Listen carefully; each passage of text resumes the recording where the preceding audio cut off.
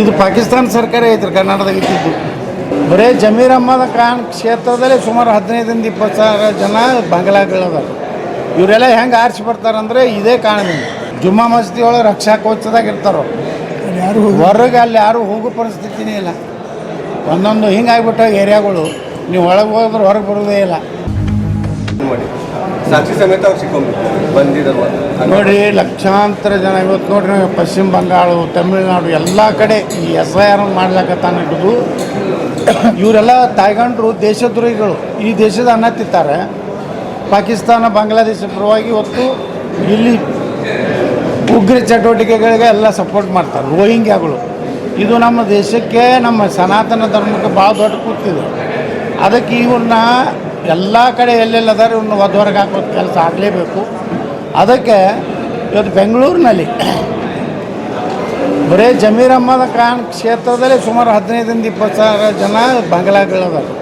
ಇವರೆಲ್ಲ ಹೆಂಗೆ ಆರಿಸಿ ಬರ್ತಾರಂದ್ರೆ ಇದೇ ಕಾರಣದಿಂದ ನಮ್ಮ ಹಿಂದೂಗಳು ಹೋಗಿ ಓಟ್ ಹಾಕೋದಿಲ್ಲ. ಇವೆಲ್ಲ ಫೇಕ್. ಇವತ್ತು ಅವ್ರಿಗೆ ಆಧಾರ್ ಕಾರ್ಡ್ ಮಾಡಿಕೊಟ್ಟಾರ, ಮತದಾರ ಆಗ್ಯಾರ. ಇಷ್ಟೆಲ್ಲ ಮಾಡಿನೂ ಒಂದು ಮೊನ್ನೆ ಯಾವುದೋ ವಿಡಿಯೋ ನೋಡಿದೆ, ಆಟೋ ನೋಡಿಸ್ತಾರೆ, ಅವರು ನಮ್ಮ ದೇಶದ ವಿರುದ್ಧ ಮಾತಾಡ್ತಾರೆ. ಅಂಥ ಕಾಲದಲ್ಲಿ ಇದನ್ನೆಲ್ಲ ಸ್ಕ್ರೀನಿಂಗ್ ಮಾಡಿ, ಈಗ ಹೆಂಗೆ ಆಸಾಮದಲ್ಲಿ ಕ್ಲೀನ್ ಮಾಡ್ಲಿಕ್ಕತ್ತಾರಲ್ಲ, ಪೂರ್ತಿ ಆಸಾಮದಲ್ಲಿ ಎಲ್ಲ, ಪಶ್ಚಿಮ ಬಂಗಾಳದಲ್ಲಿ ಎಲ್ಲ ಬಾಂಗ್ಲಾದೇಶನ ಹೊರಗೆ ಹಾಕ್ಲಕ್ಕತ್ತಾರಲ್ಲ, ಹಂಗೆ ಕರ್ನಾಟಕದಲ್ಲಿ ಆಪರೇಷನ್ ಅವಶ್ಯ ಇದೆ. ಮುಂದಿನ ದಿವಸ ನಾನು ಈಗಾಗಲೇ ಬಿಜಾಪುರ ಸಿಟಿ ಒಳಗೂ ಸುಮಾರು 15-16 ಸಾವಿರ ಬೋಗಸ್ ಓಟಿವೆ. ಅದನ್ನು ಇವತ್ತು ನಾನು ಮೊನ್ನೆ DC ಅವ್ರಿಗೆ ಹೋಗಿ 16,000 ಹೆಸರು ಸಹಿತ ಕೊಟ್ಟು ಬಂದೀನಿ. ಅವ್ರೇನು ಹೇಳಿದ್ರು DC ಅವ್ರು, ಇಲ್ಲ ಸರ್, ಇನ್ನೊಂದು ತಿಂಗಳಲ್ಲಿ ನಾವು SIR ಚಾಲೂ ಮಾಡ್ತೀವಿ, ಅದರಲ್ಲಿ ತಾನೇ ಕ್ಲೀನಪ್ ಆಗ್ತದೆ ಅಂತ ಹೇಳಿದ್ದಾರೆ.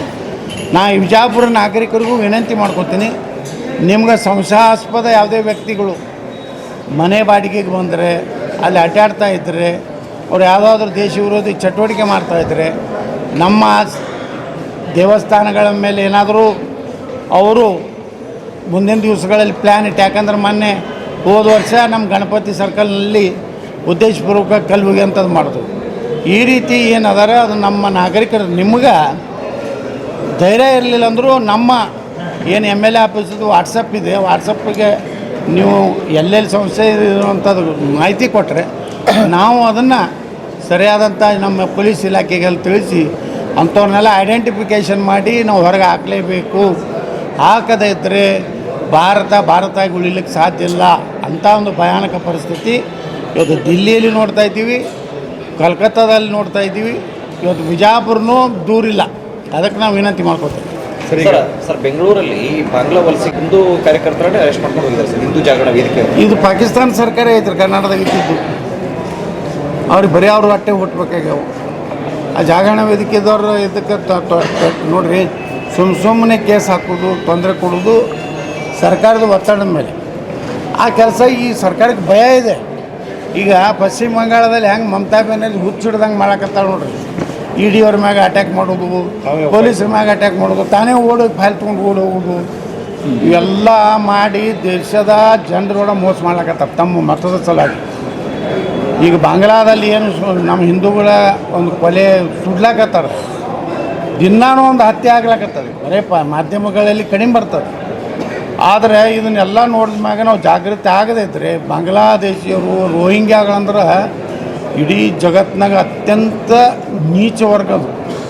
ಅವ್ರು ಎಲ್ಲದಕ್ಕೂ ಹೆಸರಿಲ್ಲ ರೋಹಿಂಗ್ಯಾಗಳು. ಅದಕ್ಕೇ ಅವ್ರು ಬರ್ಮಾದಲ್ಲಿ ಅಲ್ಲಿ ಒಬ್ಬ ಬೌದ್ಧ ಭಿಕ್ಷುಕ ಅವ ಇಡೀ ಕಿತ್ತಿವನ್ನು ಹೊಡೆದು ಹೊರಗೆ ಹಾಕದ. ಈಗ ಅವರೇ ಬಂದು ರೋಹಿಂಗ್ಯಾಗಳೇ ಬಂದು ಇಲ್ಲಿ ಜಗಳನ ಹೌದು. ಇವತ್ತು ಜಮ್ಮು ಕಾಶ್ಮೀರ್ನಲ್ಲಿನೂ ಅವರೇ ಅದಾರೆ ಲಕ್ಷಾಂತರ. ಇವ್ರು ಏನು ಮಾಡ್ತಾರೆ, ಇವ್ರನ್ನೆಲ್ಲ ಕರ್ಸ್ಕೋತಾರೆ. ಮತ್ತು ನಮ್ಮ ದುರ್ದೈವ ಅಂದ್ರೆ, ನಮ್ಮ ಜನರದ್ದು ಒಂದು ದುರ್ದೈವ ಏನಂದ್ರೆ, ಅವ್ರಿಗೆ ಕಡಿಮೆ ಪಗಾರನಾಗ ಸಿಗ್ತಾರೆ ಅನ್ನೋದು ಒಂದು ಐತಿ. ಈಗ ನೋಡ್ರಿ, ನೀವು ಕೊಡಗುದಾಗ ಹೋದ್ರೆ ಮೊನ್ನೆ ನಮ್ಮ ಈ ಕುಮಾರ್ ಬಂಗಾರಪ್ಪ, ರಮೇಶ್ ಜಾರಕಿಹೊಳಿ ಅವರು ಎಲ್ಲ ಒಂದು ಟೀಮ್ ಹೋಗಿದ್ರು ಕೊಡವಿಗೆ. ಅವ್ರು ಹೇಳಕತ್ತಿದ್ರು ಎಲ್ಲ ಕಾಫಿ ಸ್ಟೇಟ್ನಾಗೇ ಅವರೇ ನೌಕರಿ ಇದು ಅದಾರ, ದುಡಿಯೋರು ರೋಹಿಂಗ್ಯಾಗಳು. ಇದರಿಂದ ಏನಾಗ್ತದಂದ್ರೆ, ಇವರು ನಮ್ಮ ಜನ ಉದ್ಯೋಗ ಕೊಡೋದಿಲ್ಲ, ಅವ್ರಿಗೆ ಕಡಿಮೆ ಇದರಲ್ಲಿ ಇವ್ರು ಸಿಗ್ತಾರೆ, ಏನೋ ಕಾರ್ಮಿಕರು. ಹೀಗಾಗಿ ಅದು ಒಂದಿಲ್ಲ ಒಂದು ದಿವಸ ಅವರು ಮೆಜಾರಿಟಿ ಆದರೆ ಈ ಕಾಪಿ ಸ್ಟೇಟು ಕಸ್ಕೋತಾರೆ ಅನ್ನೋದು ಬುದ್ಧಿನೂ ಇಲ್ಲ ನಮ್ಮಲ್ಲಿ. ನಮ್ಮಲ್ಲಿ ಇಂಡಸ್ಟ್ರಿಯಲ್ ಏರಿಯಾದವರು ಸಿಕ್ಕಿದ್ರಲ್ಲ ಸರ್, ಹೌದ್ರಿ. ಈ ಹಿಂದೆ ಕೂಡ ಸಿಕ್ಕಿಲ್ಲ. ಇಲ್ಲಿಂದ ಗಡಿಪಾರ ಸಹ ಮಾಡಿ ಇನ್ನೂ ಅನೇಕ ಜನರು ಆ ರೀತಿ ಇಲ್ಲ ಇದ್ದಾರೆ. ಭಾಳ ಅದಾರ ಇಲ್ಲಿ. ಅವ್ರಿಗೆ ಈ ಒಂದು ರಕ್ಷಾ ಕವಚ ಐತಿ ಅವ್ರ ಏರಿಯಾದಾಗ. ಜುಮ್ಮಾ ಮಸ್ತಿ ಒಳಗೆ ರಕ್ಷಾ ಕವಚದಾಗ ಇರ್ತಾರೋ ಯಾರು ಹೊರಗೆ ಅಲ್ಲಿ ಯಾರು ಹೋಗೋ ಪರಿಸ್ಥಿತಿನೇ ಇಲ್ಲ. ಒಂದೊಂದು ಹಿಂಗಾಗ್ಬಿಟ್ಟ ಏರಿಯಾಗಳು, ನೀವು ಒಳಗೆ ಹೋದ್ರೆ ಹೊರಗೆ ಬರೋದೇ ಇಲ್ಲ. ಅಲ್ಲೂ KG ಹಳ್ಳಿ DG ಹಳ್ಳಿದು ಅದೇ ಪ್ರಕರಣನೇ. ನಮ್ಮವರು ಸರಿಯಾಗಿ ಹ್ಯಾಂಡ್ಲಿಂಗ್ ಮಾಡಲಿಲ್ಲ. ನೋಡಿದ್ರಲ್ಲ ಹುಬ್ಬಳ್ಳಿ ಪೊಲೀಸ್ ಸ್ಟೇಷನ್ಗೆ ಬೆಂಕಿ ಹಚ್ಚಿದ್ರು. ಪೊಲೀಸ್ ಜೀಪ್ ಮ್ಯಾಗೆ ನಿಂತು ಇದು ಮಾಡಿದ್ರು. ಅವರಿಗೆ ಒಂದು 4 ಹೊಡೆದಿದ್ರೆ ಬರೀ ಉಗ್ರ ಕ್ರಮ ಕೈ ಕೊಡ್ತೀನಿ ಅಂದೇ ಉಗ್ರಗಳು ವಾದಿಗಳು ಹೆಚ್ಚಾಗ್ಯಾರ. ಉಗ್ರ ಕ್ರಮ ಕೈ ಕೊಡ್ತೀನಿ ಅಂದಿದ್ದು. ಸರ್ 12ನೇ ತಾರೀಕಿಗೆ ಮತ್ತೊಂದು ಸರಿ ಈಗ ಲಿಂಗಾಯತ ಪಂಚಮೇಶ್ವರ ಸ್ವಾಮಿಗಳು ಬರ್ತಾ ಇದ್ದಾರೆ. ಮತ್ತೊಂದು ಸರಿ ಪೂಜೆ ಏನೋ ಮಾಡ್ತಾರೆ, ಉದ್ಘಾಟನೆ ಏನೋ ಮಾಡ್ತಾರೆ. ಏನು ಮಾಡ್ತಾ ಇದ್ದಾರೆ? ನಿನ್ನೆ ಸಿದ್ದರಾಮಯ್ಯನವರು ಉದ್ಘಾಟನೆ ಮಾಡಿದ್ದಾರೆ. ಅದು ಕರ್ನಾಟಕ ಸರ್ಕಾರದ ಆಸ್ತಿ, ಈಗ ಸಮಾಜದ ಆಸ್ತಿ ಅಲ್ಲ. ಮುಗೀತು. ನಿನ್ನೆಗೆ ನೀವು ಮೂರ್ತಿ ಕೊಟ್ಟಿರಿ ಅಟ್ಟೆ ಸಮಾಜದಿಂದ, ಅದೆಲ್ಲ ಸರ್ಕಾರದ ಐತದು. ಅಲ್ಲಿ ಯಾರದೇ ಅಧಿಕಾರ ನಡೆಯೋದಿಲ್ಲ. ಅದಕ್ಕೆಲ್ಲ ಕರ್ನಾಟಕ ಸರ್ಕಾರದ ಇರ್ತದೆ. ಹೋಗಿ ಪೂಜೆ ಮಾಡ್ಲಿಕ್ಕೆ ಎಲ್ಲರಿಗೂ ಅಧಿಕಾರ ಐತೆ.